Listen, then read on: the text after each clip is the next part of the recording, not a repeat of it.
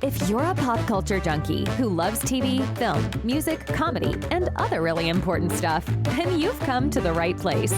Get ready and settle in for Classic Conversations, the best pop culture interviews in the world. That's right, we circled the globe so you don't have to. If you're ready to be the king of the water cooler, then you're ready for Classic Conversations with your host, Jeff Dwoskin. All right, Ashley, thank you so much for that amazing introduction. You get the show going each and every time, and this one was no exception. Welcome, everybody, to episode 145 of Classic Conversations. As always, I am your host, Jeff Dwoskin. I'm here to keep the conversations classic. That's what I do. I've got a great one for you today. Oh, yes, I do. Jim Meskimen is here. That's right, Jim Meskimen, actor, improviser, voice artist, star of TV and film. Loved him in Whose Line Is It Anyway? 5 Ron Howard films, cult classic show called Impress Me, personal friend with Rudolph the Red-Nosed Reindeer. Kinda, you gotta listen to the interview. Jim is a master impressionist. He had a viral video, 1 million views, reciting Shakespeare passages, just using a million different celebrity voices. It's absolutely incredible. I'll put a link in the bio. You gotta check it out. Jim comes from a very famous family. His mom is Marion Ross. That's right, Mrs. C from Happy Days was Jim's real mom. Those out there who are like, wait, she was my mom too. Well, she's actually Jim's mom. If you want to hear more from Marion Ross, check out episode 114 of Classic Conversations. Anyway, you're going to love my conversation with Jim. He's amazing. Also amazing, episode 144, don't miss it, with Peter Macon from the Orville, Lieutenant Commander Bordis. I love that show. I love talking to Peter. You're going to love Peter and the show after. If you don't watch it, you're just going to gobble it up. It's on Hulu. You got to do it. Well, we're going to try things a little differently on the show now. I'm going to get right into the interview. Some of you are like, that's quick. The rest of you are like, well, it's about time. Jim Meskimen was on the set of Happy Days, the Jump the Shark episode where you're going to have to, I don't want to ruin it for you. Here's my interview with Jim Meskimen. Enjoy. All right, everyone, I'm excited to introduce you to my next guest. You loved him in Annie Hall, The Deer Hunter, and True Romance. Welcome to the show, Christopher Walken. Hi. Hi, it's nice talking to you, Jeff. It's an honor, I would say, if it was. I love that watch. Where did you get it? Oh, that watch, this watch. You want to know about this watch? This watch has got a real story attached to it. I don't want to go into it, though. It's a painful memory. Painful. All right, ladies and gentlemen, I'm just kidding around. I am excited to introduce you to actor, impressionist, voice talent, speaker, director, improvisational comedian, dubbed the world's greatest impressionist by the Australian Today Show. Ladies and gentlemen, welcome to the show, Jim Meskimen. Whoa. Hey, Jim. Hey there, man. Thank you. Yeah, it's, the people, we really depend on the Australian Today Show to let us know who the greatest categories of entertainer are. So that was nice of them. That is nice of them. And Yeah. I think I read on your website or somewhere, Seth Green's like, yeah. Old buddy, Seth Green. I met Seth Green when he was about 10. We were working on an animated series together in New York. And he was a precocious 10-year-old. He's still precocious and a dear friend. Do you do Robot Chicken voices for him? I did an episode of Robot Chicken. Yeah, I would love to do more. That's a funny show.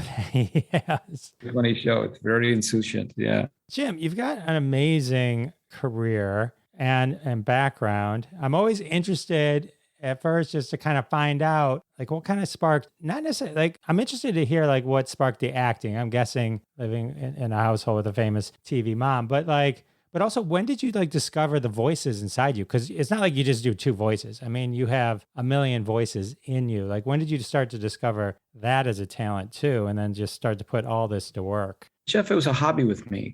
Like a lot of the kids, some guys like to, I used to like to, I was one of the kids who used to draw. I'd sit and do cartoons. I'd copy Mad Magazine and Hal Hirschfeld and try to draw like these wonderful, expressive characters, and for my own amusement, really. And then, if you get slightly good at something when you're a kid, whether it's soccer or juggling or magic or art, people start to identify you with that skill and you become the kid who draws. And, like, who's going to make the poster? Well, Jim should do the poster. Who's going to do the cartoon? Well, Jim should do this. So I became, the guy that you would turn to if you needed something, a cartoon or something. And that had its own, benefit. Of course, it's nice to be competent at something and nice to be rewarded and all that. And I thought really that was going to be my main career. That was what I was most interested in at the time when I was 10, 11, 12 years old. As I got older, I realized, well, I also like to do voices and I like to act and I like to make people laugh. And I didn't really commit to having a career in that for quite a while. Really, all these things sort of developed slowly over time as I was allowed to indulge in the things that I was really interested in,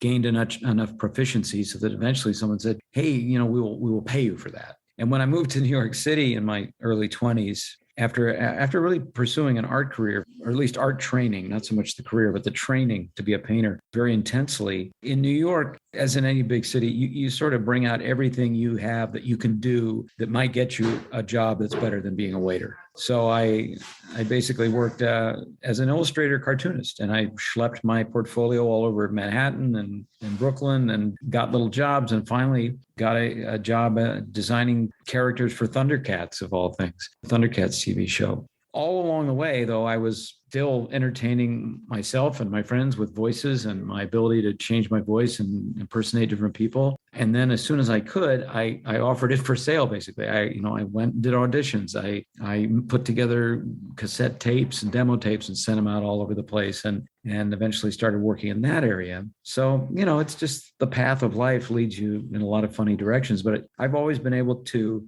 have the great, advantage and honor of being able to permitted to follow my own path of interest. That's great. That's really cool. That's the Thundercats. Kind of glad I did Thundercats. Okay, to go back to that for a second. So that was with Rankin Bass. Yes, Rankin Bass. Yeah, Jules Bass hired me initially to do storyboarding, and then that didn't really fly too well. So he gave me another chance, and I got to do a character design, and that was more up my alley anyway. I didn't know anything about storyboarding at the time. I really didn't, but I knew about characters, and I knew about costumes, and I knew about drawing stuff, and it was a very fruitful time. It helped keep us, in our apartment. In New York and making a base from which we could begin to grow. When I say we, my wife and I were both in the theater and doing other things that don't really pay. So it was nice to have that weekly salary, and it was very creative. Actually, I still get work in Thundercats reboots, mostly on the basis of the fact that I had something to do with the original series. So that's cool. Do you ever do Comic-Cons or anything like that with some of the stuff that you've done? I've gone to Comic-Con in San Diego twice. I've been invited to speak at a panel by Mark Evanier, and I've gone twice for that. But I don't star in a lot of animated series. I'm a guest guy that comes in. Ultron is probably my biggest claim to fame in recent years. The Comic-Con thing is not a big part of my life. I was thinking GEICO should probably get something going where they pull all the characters from all those GEICO commercials. Yeah. Jim was George Washington in the most recent one. That's right. And that would be hilarious, right? They could sponsor Comic-Cons and bring you in because people, I think, they'll go, oh, that's recognizable, because they create these amazing commercials. What is it with insurance companies that have the funniest commercials on TV? I think they must be trying. It's a very competitive world, the insurance world. And I think they're trying to cut through with humor, and it's great. The bigger brands do that. It's actually probably expensive to do because anybody can write a crappy commercial, but a really funny commercial like those GEICO spots, you got to have a brain trust there. You got to have a really good team of people. That's not cheap. Do you get recognized from that, or is it too much makeup? Never. It was a lot of makeup. Yeah. Well, Joe Piscopo, you have a video on your website. Joe Piscopo was like, "Get me Jim Meskimen, the George Washington from the GEICO ad." Yeah, it was very kind of him. Somebody pointed out. He said, somebody told me, "Hey, Joe Piscopo's been talking about you on Fox." I'm like, "He has." And then I found that clip, and it's at jimmeskimen.com. And then we've become friends. I've been on his show a couple of times. When I go to New York, I usually say, "Hey, Joe, I'm coming to New York." "Oh, you got to come in and be on the show. Come on, it'll be great." He's an impressionist. Yeah, no, that's why he appreciates what I do. He understands, and he is a terrific impressionist. It's incredible. A very sweet guy. Back to Thundercats, the Rankin Bass thing to me is exciting because as a little Jewish boy, those were the only Christmas shows I watched. Rudolph the Red-Nosed Reindeer, right. and Santa Claus is coming to town, Frosty the Snowman. Those were still staples in the house. Well, my wife and I like to watch Rudolph the Red-Nosed Reindeer every year. It is a very funny, speaking of Jewish, it's got a lot of Jewish comedy in it, I think. A real, snappy snappy, high quality comedy in it. And when I worked in the office there in a little glass case was Rudolph, Frosty, those little figures. They're all kind of moth-eaten, and they got manipulated a lot by people twisting their wires and moving them around and putting them and nailing them down. And so there was a little the worse for wear, but it was like seeing a celebrity in a glass case. Oh, I'd freak out if I saw that little Rudolph the Red-Nosed Reindeer. Yeah. With the red nose or with the little black thing on his nose? The little it was red nose. Red nose. Yeah. All right. Yeah. So he's not free. Not the mud covering it. Not the mud, right? So the other thing I was excited to see that you were in is Whose Line Is It Anyway? But not the Drew Carey version, the UK version. No. And the reason I was excited about that was like a staple when I was in college, like in the apartment. Like we had contact, whatever the comedy channel was at that time, and like that was running all the time. You are a great improvisational comedian. Well, I got a lot of really good training when I was in New York, and we tried a lot of ambitious projects. And in fact, not to sound egotistical, but when the Whose Line people came to us, by the way, we had no understanding or knowledge of the show. We had no conversance with it because it was a British show that we didn't run in America at the time. And these guys came over and said, "Hey, we've got this show and it's improvised, and we'd love for you to be part of it." And they showed us a VHS cassette of a show, and we're like, okay, this is what we teach in our classes. This is nothing special, compared to the work at all. But we were doing improvised Broadway musicals. We were doing massive, ambitious projects. So this thing was like literally like a walk in the park for us, but fun, and I enjoyed working with almost everybody on the show. It ran for just years and years. So I would get recognized from it quite a bit. And of course, the show went on to have tremendous impact, and now has been rebooted many times with different hosts. And I did audition for the American version, the Drew Carey version. But in the end, I think he did what anybody would do, and he hired his pals. And I was not a friend of his. Although my mother played his mother on the Drew Carey show, apparently that didn't really cut much ice. Yeah, you think that would you think that would do something, but no. You think that would have done something. It was Marion should have called Drew and give him a word or two. She should have bawled him out. Yeah. Just want to take a quick break and thank everyone for their support of the sponsors. When you support the sponsors, you're supporting us at Classic Conversations, and that's how we keep the lights on. Now back to Jim Meskimen. We were talking about Marion Ross. She's been a lot of mothers to people. So I have to share her with many, many celebrities and with people that come up to me and say, your mom raised me. I go, okay, if you say so. What was that like? I mean, it's probably a different experience now, but what was it like when you were just a young kid and here's your mom? And I read your mom's book, and so I know she worked. Like she had a work discipline like crazy, right? And like very intense, very focused. And so here she is, the greatest mom in the world on TV, and everyone loves her. It's got to be hard as a young kid, even if the home life is the greatest life. It's still you're sharing your mom. There's so much. It's like, what is that even? Yeah, it's hard for me to fathom, but. Yeah, luckily I wasn't like a real little kid. I mean, by the time Happy Days rolled around, I was well versed in the reality of a working actress looking for a good opportunity. We were always happy when she got a job because it meant that the bills would get paid. She's a single mom. My parents got divorced when I was about 8. And Happy Days rolls around, and I think they shoot the pilot when I'm about 12 or 13 maybe. And so it doesn't really become a hit until a little bit, I'm starting to be a teenager. And then by the time I'm old enough to drive, 16 years old in LA, I can drive to Paramount and watch them shoot on Friday nights. So I'm delighted and not confused at all about the identity of my mother or what that means or anything like that, because I knew that she was a working actress and I knew that what we were trying to accomplish as a family. I was more confused about my own attraction to her world, the world of being an actor on television, where you have all this fame and stuff, because it was obviously very shiny and attractive. There was a pull there. I sort of distrusted it because I didn't really see what it meant for me, like deeply, as a life choice. So I had to kind of work out for myself, well, what's honorable about this career? Is it just that it's flashy and it's money and new cars and attention and girls, or whatever? Or is it something that's really going to, I don't want to paint myself as being a really wise old soul, but I was looking for something that had some meaning.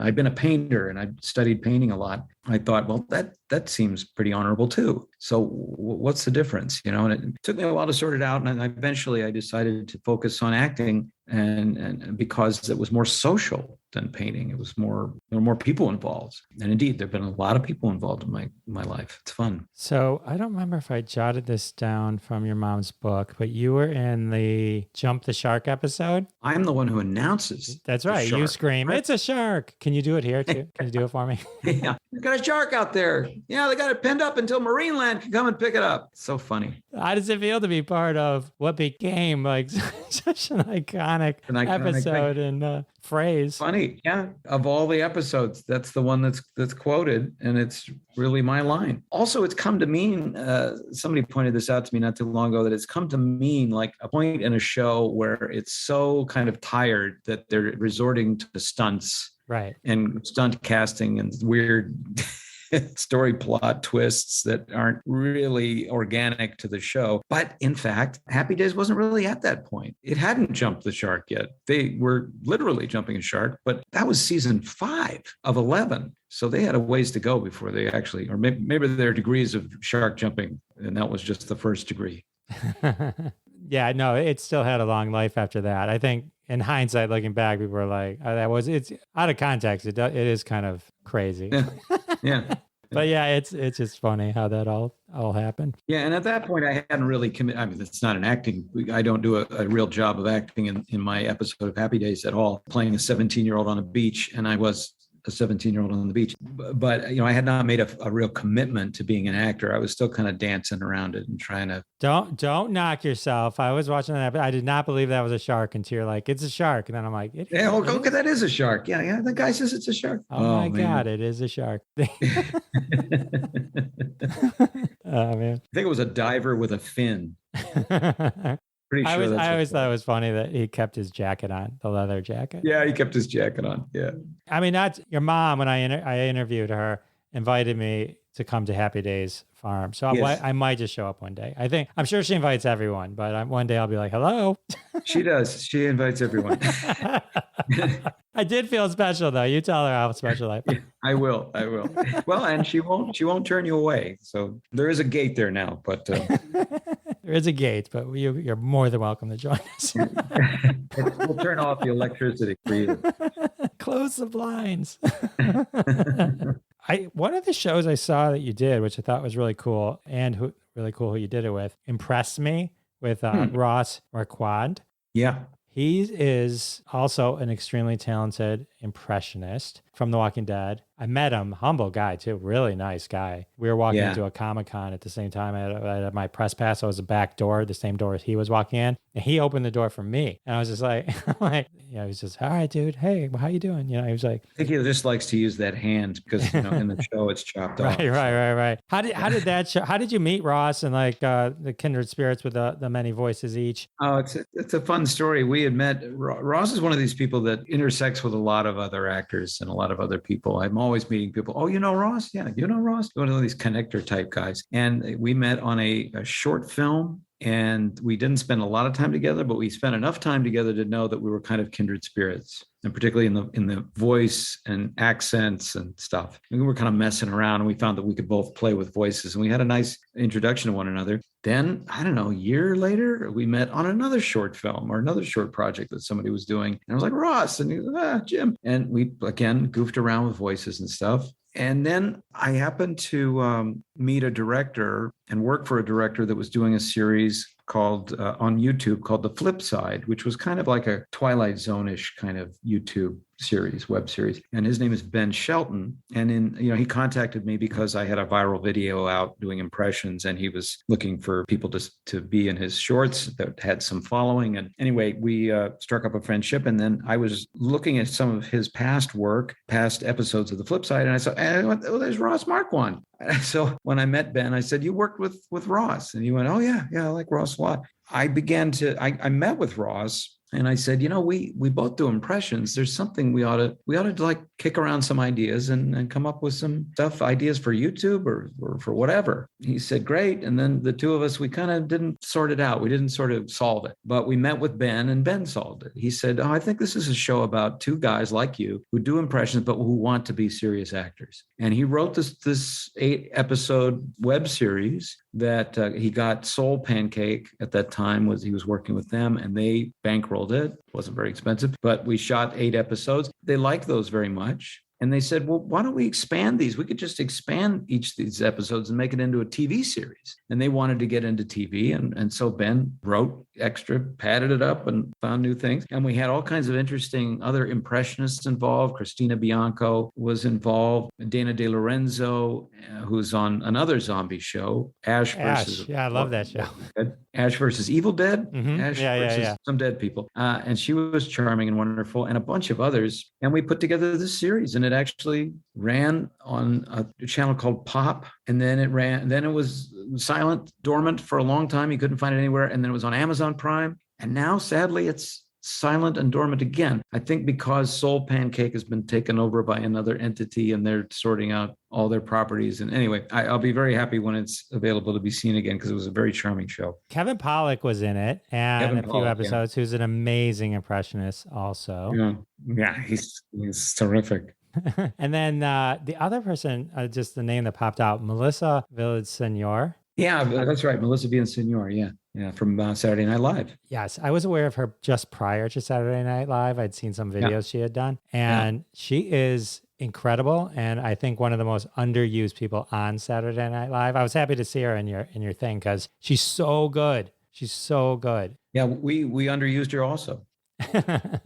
But she's terrific. I like her very much, and she's very, very talented. She's just a good actress. Really, really, really good. Oh, you were Mary-Kate and Ashley Olsen's father, and Our Lips Are Sealed. Yeah, got us down to Australia for the first time. One of my many trips to Australia was to be their father. That was a lot of fun. Learned a lot about the Australian accent down there, the dialect in Sydney. Everyone talks like this. It kind of come up at the end. Not sure why. But I thought I was talking. So I thought someone took over the show for a second. Pardon me, got to just elbow my way in here. But the show's going very well, by the way, Jeff. Terrific podcast. We're going to move in a slightly different direction and talk about watch repair. Love it. Oh, did you get to know Willie Garson on there? May he rest in peace. A little bit. We worked together one day. Yes, I got to know him just a tiny little bit. I know he was a very beloved guy. All right, that was awesome. So many awesome things. So you mentioned your viral video that went viral. It was Shakespeare Impressions. Is that the one we're talking about? That's right. Yeah, that was the first one that went legitimately viral, and that was a big surprise. It was a bit that I'd been doing for years on stage, Clarence's Dream speech from Richard III done in celebrity voices. And what I used to always do was have the audience call out names, and in the middle of the speech I would just change on a dime and do the next celebrity. And when I made the video myself, the hardest part about it was determining and remembering the order of the celebrities myself, because I had nobody yelling out anything. I was just doing it in the comfort of my own studio. So eventually got that done to my liking and put it up on YouTube, and miraculously watched these numbers just sail. It was a real thrill, I have to say. If you've ever had a viral video, it's like, I imagine it's what stock market people, Wall Street people must. They go, look, now we're worth 25 cents. Now every share is worth 28 cents. Honey, come here. No, it broke 1 million, right? Eventually. Yeah, it raced towards 500,000 very, very briskly, and then it kind of tapered off. And now it's I don't know that up to date with it, but it passed 1 million. Don't lie. You check every morning. I would check every morning. 1.28. It's okay between us. I would do the same thing. Let me ask you about impressions, because I saw the deepfake one on your website, which was incredible, where they actually put the people's faces over as you did it. But when you do an impression anyway, like you're doing De Niro or any of them, you do kind of, and most impressionists do this, if not all of them, like you kind of become that person a bit, as much as you mold your face. Like how much is being an impressionist and doing these voices actually kind of morphing a little bit more of your body, not just your voice? Like how much of it of you actually you throw right into each one? This is a good question, Jeff. It's it's a lot of people ask this. This is something that I've talked to Ross Marquand about it, and he's of the same mind that I am, that it's an acting job. So you're exactly right. We say you're becoming that character. And that means the way they sit, the words they use, what they do with their hands, they move their hands, they don't, they breathe, there's a lot of components to it. What I do is it's such a lucky thing. It's just my interest is I go to a movie and I watch, like when I was a kid, Woody Allen was very big. And I would go to the movie theater to watch a Woody Allen movie. And, I'd come out at the end of it, completely immersed in this personality, I'd suddenly have a number of foibles and neuroses that I didn't have when I walked in. And that's just the factor of like, wow, I love this performance. There's something I love about this personality. I'm just gonna wear it out of the shop. I'm just gonna try it on. And I think the difference between me and other people is that I don't mind indulging that, and I will act like somebody for an hour, or if I feel like, and now because it's justified, I may have to play this character. I may have to do a job to keep the food on the table. And it would be great if I really could sound like this person. So if I go and see Patrick Stewart in something, or watch him on a video, there's something so attractive about that way he has of expressing himself that I'm very comfortable just behaving like him for a while. That means it changes the way I hold my body and the sort of words I'd use. But it's acting. It's what we do as actors. It just is a more of a, I guess it's a bit of a novelty, because it's a skill that doesn't have super wide applications, but enough so that it actually exists as a profession. Sorry to interrupt this amazing conversation with Jim Meskimen. We got to take a quick break. And now we're back with Jim Meskimen. I'm about to ask him a very important impressions question. So how much do you randomly go into voices around the house? And does your wife like it or hate it? Well, when it's appropriate, when it benefits someone other than me, I think it's appreciated. When it's just me effing around, maybe it's not so appreciated. But I like not having any kind of a governor or a limit on my expression. I think most people want to feel free to communicate. We want to be able to express our ideas. And if I need to talk like someone else to get something across fully, then I don't stop myself, unless I realize that nobody's going to appreciate it and it's not going to really land. My wife is very patient, and we've been married almost 35 years. Oh, that's amazing. We still are very much in love. I respect her, and I try not to ever use my impressions or any of my acting to irritate her. Oh, see, but I would think it would be I wasn't questioning your love when I brought it up. I just know if my wife was like screaming at me at something and I'd be all of a sudden going to Shatner, it seems you're, you know what I mean? Like, but yeah, it's just, they think I would use that. And then, just to escalate or elevate, just divert it. I don't know. It just seems like if I had that skill, if that was a superpower I had, Jim, that's one of the ways I would use it. Or at restaurants. Do you ever do it at restaurants where they're, hey, what would you like? Do you just order someone else and see if they get it? These are the things I would do. The only time I've done anything like that, I do a Colonel Sanders voice for the KFC brand. So I do a lot of commercials for the radio and TV for KFC. And occasionally I have, just for a gag, I go through the drive-through and order my chicken like this. And I can't say that they really notice. They just think I'm just some crazy old codger ordering one of those fine chicken sandwiches. Right, just some 16-year-old that just isn't. That's right. I don't know. I can barely understand this person. Yeah. Fun ways to use your voices. I use them all the time. I create projects for myself. I have a YouTube channel. I feed it every day. I do a thing called Celebrity Fortune Cookie, where I've got a wheel of impressions and a bowl of fortune cookies. And I open up a cookie, spin the wheel, and I read the fortune in a celebrity voice. And then usually you have to interpret it because we've discovered that very few fortune cookies actually contain fortunes. They contain little jokes and little poems and little pieces of advice, but there's not like today you will find, money on the street. There's not a lot of actual fortunes going on out there. So I sometimes have to massage it a little bit so that it is a fortune for the viewer. So I do that every day. And then I also do just any project that comes to mind. Like one day I was like obsessed because I realized the only Beatles song I can think of that could have been a Tom Waits song is from Sgt. Pepper's, Being for the Benefit of Mr. Kite. Mm-hmm. And in my head, I could hear it. I was like, wow, that would make an interesting little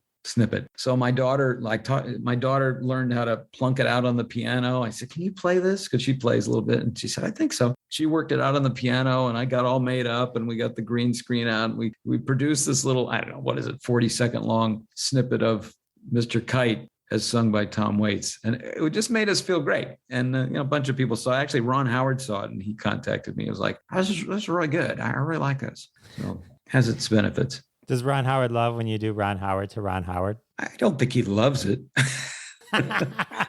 I don't know how much he's actually heard it, but he did hear it one time, but he didn't know it was me. There was a tribute. I got hired to do a recording for a tribute to Ron and to Imagine Entertainment. And I went, oh, okay. And they said, can you do Ron Howard's voice? And I was like, yeah.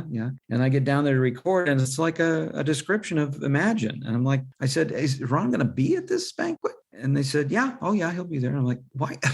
Why don't you get him to read it? And they couldn't. I don't know, he wasn't available or. So people were supposed to believe it actually was him. Yeah, that was the conceit. And so later on, when I heard about it, I asked Ron about it. I said, did you go to an award ceremony and blah, blah? And he said, yeah, I listened to that. And I thought, oh, when did I record that? And did I have a cold? I still to this day don't know why they just didn't get him to do it at his own tribute, describing his own company. But there you go. A good prank to pull on Ron Howard would be to take season 1 Arrested Development, an episode, and redub his voiceovers with just some ridiculous thing and then just play it and see if he notices. I think he'd catch on pretty fast. I don't know. You were in 5 Ron Howard films. I've been in 5 so far. I hope to do many more. That's awesome. He makes the greatest films. So Frost, he really does. I've been in some of the best. I have to say, all his films are good. But Apollo 13 for me is a real high spot. It's one of those films that if it's on TV, I happen to flick through, I got to watch it because it's just really great. It does fall in that category of one of those like where you stop. It doesn't matter which part it's at. Yeah. You just kind of watch it. Wait, so you're in How the Grinch Stole Christmas, Ed TV, The Paper, Apollo 13, and Frost Nixon. So cool. Yeah, that's right. So you've known Ron a long time because if you were 12, 13, 14, 6, 12, early teenager during the Happy Days 13 years. And he was probably about 18, So he's got a great book out now, by the way, a memoir called The Boys about that he and his brother Clint wrote. And Clint is another really fascinating person. The story of those 2 young boys and their family is amazing. I really enjoyed the book. It's very well put together. It's very conversational, but just very enlightening. The Boys, I recommend it to anybody. And they did the audiobook version too, so you can hear them. They did not hire me to do the audiobook version, which is very wise, I think. Oh, man. His daughter is amazing too, Ron's daughter. She is. Bryce Dallas Howard, yeah. Known her since she was a little thing. Actress, and then the directing. I mean, she's like she's making a real name for herself right now, specifically. And all those Star Wars stuff she's been doing. Incredible. Yeah, the Jurassic Park stuff. Yeah. Oh, so cool. So cool. All right. So your impressions. So your Shakespeare impression, viral video, 1 million views. And then you find yourself on America's Got Talent. Yeah, that the viral video got me all kinds of opportunities. And one of them was I went up to speak at a conference. It was kind of like a TED Talk kind of deal. And at that thing was a producer. There was a man who was kind of scouting for America's Got Talent. And he invited me to be part of that. And after some convincing, I said, okay. I didn't really see how it applied to professionals, but it turned out that, it's not just an amateur show. That's people that have been working for years or whatever. And for me, it was just a way to sort of introduce my talents to a lot of different people. And that was an interesting experience. I didn't win, but I got to perform for 6,000 people at Radio City Music Hall, which was a lot, plus the TV audience. So it was a good challenge, because that's kind of nervy, especially you only have 90 seconds, it's like a mad sprint, but fun and interesting. From there, things have just continued to grow. And I do my one-man show from time to time. Of course, it's been shut down when we didn't have the ability to have people in the theater. Starting it up again, and then just doing a lot of TV. I had a lot of opportunities come up in the TV area. I still have to audition like most working actors. That's fine. And I worked on an episode of Hunters, which will be coming out this summer. But the series is launching that I have a couple of episodes in, and that's Gaslit with Julia Roberts and Sean Penn. Oh, I saw that on the Stars Network. That looks amazing. Yeah, I think that'll be really good. Oh, and so you're in Hunters season 2. So there is a season 2 coming. So now I'm excited that Yes. you're going to be in it and that they even made a sequel. I'm all about more Nazi hunting. I'm totally on board with that. Yeah, no Nazis were actually harmed in the making of the film. But What the big door prize? big door prize. Yeah, that I just wrapped working on that series, and that's a really fun comedy from the makers of or one of the creators of Schitt's Creek, David West Reed. Chris O'Dowd, comedian, Love Irish Chris O'Dowd. actor. You love him too. He's fantastic. He stars in it, and he's wonderful. Actually, I really enjoyed working with him because I laughed at him so much. You see him on YouTube on chat shows, and he's just charming and funny. And I really like working with him. So that is called the Big Door Prize. It doesn't have a door prize. It's not a game show. It's a little bit of a confusing title, but it's about a small town that has this very high-tech kind of Zoltar machine drop in the middle of it. And it purports to use, all these modern kind of metrics to determine people's true destiny. And that, of course, creates a lot of chaos in this small town as people discover their true destiny is quite distant from what they're actually doing with their lives. So that's going to be coming out, I think, in the fall, maybe October. That sounds amazing. Your one-person show, Jimpressions. Yes. I just want to make sure we say the name. So there's a lot of clips on your website and just on YouTube in general, your YouTube channel. You do a Bohemian Rhapsody thing, which was incredible. Oh, thanks.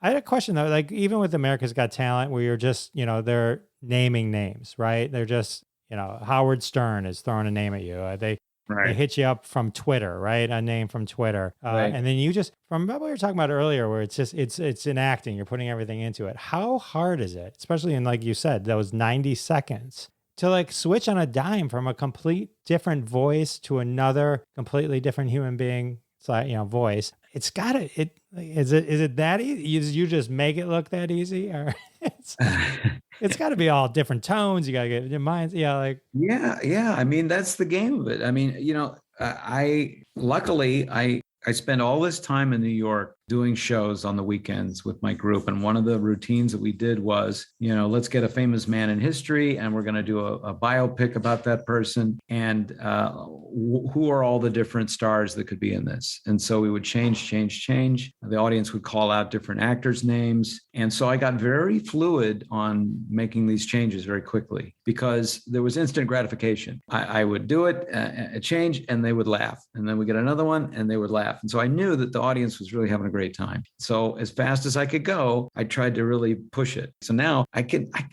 do it pretty fast. It doesn't take long. It takes about as much time as a decision, Because there's really no gap for me. It's just a complete leap. I don't hold back or evaluate myself. No, in fact, here's Joe Biden speaking. I don't even have to rehearse or something. What, is it time for soup?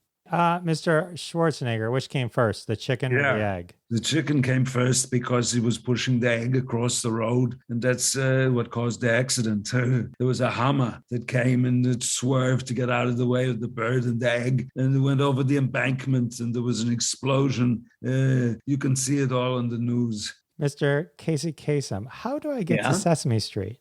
How do you get practice? You get to Sesame Street by continual practice of the ABCs, your numbers, and all the capital cities in America. Excuse me, Mr. President George W. Is a hot dog a sandwich? It is. It's a species of sandwich. It's actually the hot dog is kind of the spinal column of the sandwich, and you can put anything else you want on it. These little extras, accessories, and but it's not considered a sandwich. But I think if you look medically, you'd have to determine that that's what it is. Mr. Gervais, what is the name of your Wi-Fi? My Wi-Fi, my Wi-Fi. You want to know my Wi-Fi code? Yeah, not going to give it up. But I tell you what, it's not. I'll tell you what Chris Rock's is. Chris Rock's Wi-Fi right now is "Don't hit me again." Yeah. Mr. Sir Ian McKellen, how much wood would a woodchuck chuck if a woodchuck could chuck wood? If a woodchuck actually could chuck wood, which they can't, they don't have opposable thumbs. If it should be rewritten that if a woodchuck had opposable thumbs, it could, in fact, chuck wood and almost anything else. Oh God, who's calling? Your voices are incredible. I could do that all day, but I don't want. But clearly someone needs to get a hold of you. Oh my God, you were George W. Bush on Jib Jab. That's like the greatest. Oh yeah. I was at the Yeah, top I of did that him a lot. resume. The singing George Bush. I did the singing George Bush. I had to figure out how he'd sound when he was singing, which I don't think anyone's ever heard on Earth.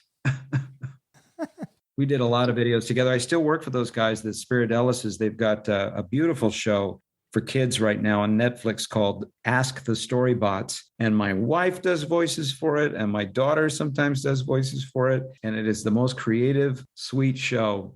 I'm just nuts about it. It's called Ask the Storybots. If you've got a 6 or 7-year-old kid, man, plunk them down in front of the TV. They'll learn something. They'll be delightfully entertained and inspired. I'll have to check it out. Grown-ups like it too. I bet it sounds amazing. It is. It is truly amazing. It's one of my favorite jobs. Well, I can't thank you enough for hanging out with me. This was so cool. Pleasure.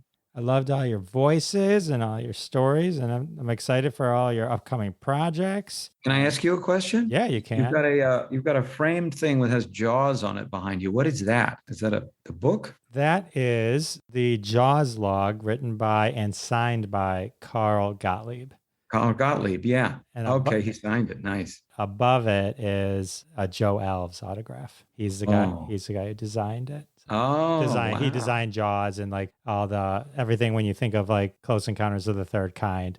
That's him. So I'm a big Jaws fan. Big Jaws fan. Me too. Massive. Great movie. All right, we'll do another episode and we'll just do a deep dive into Jaws, and you can do all the voices. Yeah, you might be.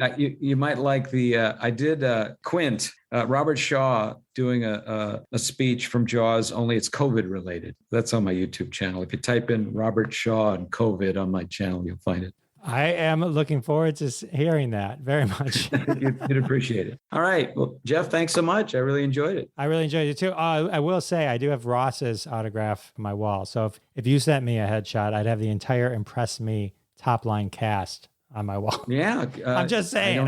Send me your address. I'll be happy to oblige.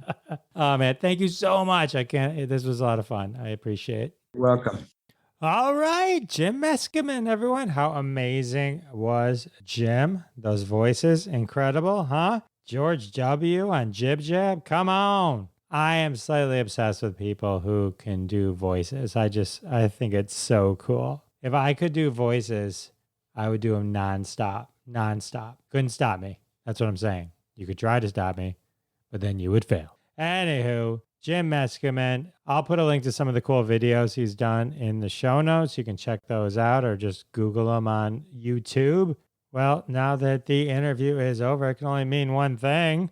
That's right. It's time for another trending hashtag from the family of hashtags at hashtag Roundup. Download the free, always free hashtag Roundup app at the iTunes App Store or Google Play Store. Tweet along with us, and one day one of your tweets may show up on a future episode of Classic Conversations. Fame and fortune await you. The hashtag for this episode is hashtag My Superpower Would Be, brought to you by Rogue Tags. Of course, I mentioned I was obsessed with being able to do impressions, and during the interview, I kind of mentioned that was my superpower, how I would use it. So we're going to explore what other people would love to have their superpower be with the hashtag My Superpower Would Be. And here's some to inspire you. Tweet your own. I'll retweet you at Jeff Dwoskin Show on Twitter, and let's do it. DrivWorks, my superpower would be converting likes to retweets. Paul, my superpower would be eating Twinkies without gaining weight. That's a superpower and a best-selling book waiting to happen. Hump Day hashtags, my superpower would be ending world hunger. Way to keep it real, bro. Peace. Hi, I'm Mike. My superpower would be finding what I'm looking for in the refrigerator. Oh, I feel your pain on that one.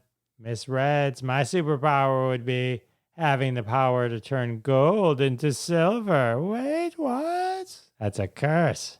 GG, my superpower would be online shopping for hours and hours and hours. Oh, that sounds like a threat to someone's credit card. Sherry, my superpower would be the ability to teleport to avoid traffic. That's not a bad idea. X Hudson, my superpower would be a superhuman tolerance for alcohol. Cheers to you, my friend. Sherry, my superpower would be being correct like all the time. Wait a minute, you have the same superpower as my wife? And our final, my superpower would be tweet comes from Michael. My superpower would be making everyone fall in love with the library. This man loves books, and so should you. All right, another hashtag in the books, another interview in the books. That can only mean one thing. Episode 145 is coming to a close. I want to thank my special guest, Jim Meskimen, and I also want to thank all of you for coming back week after week. Can't thank you enough. It means the world to me, and I'll see you next time. Thanks so much for listening to this episode of Classic Conversations. If you like what you heard, don't be shy and give us a follow on your favorite podcast app. Also, why not go ahead and tell all your friends about the show? You strike us as the kind of person that people listen to. Thanks in advance for spreading the word, and we'll catch you next time on Classic Conversations.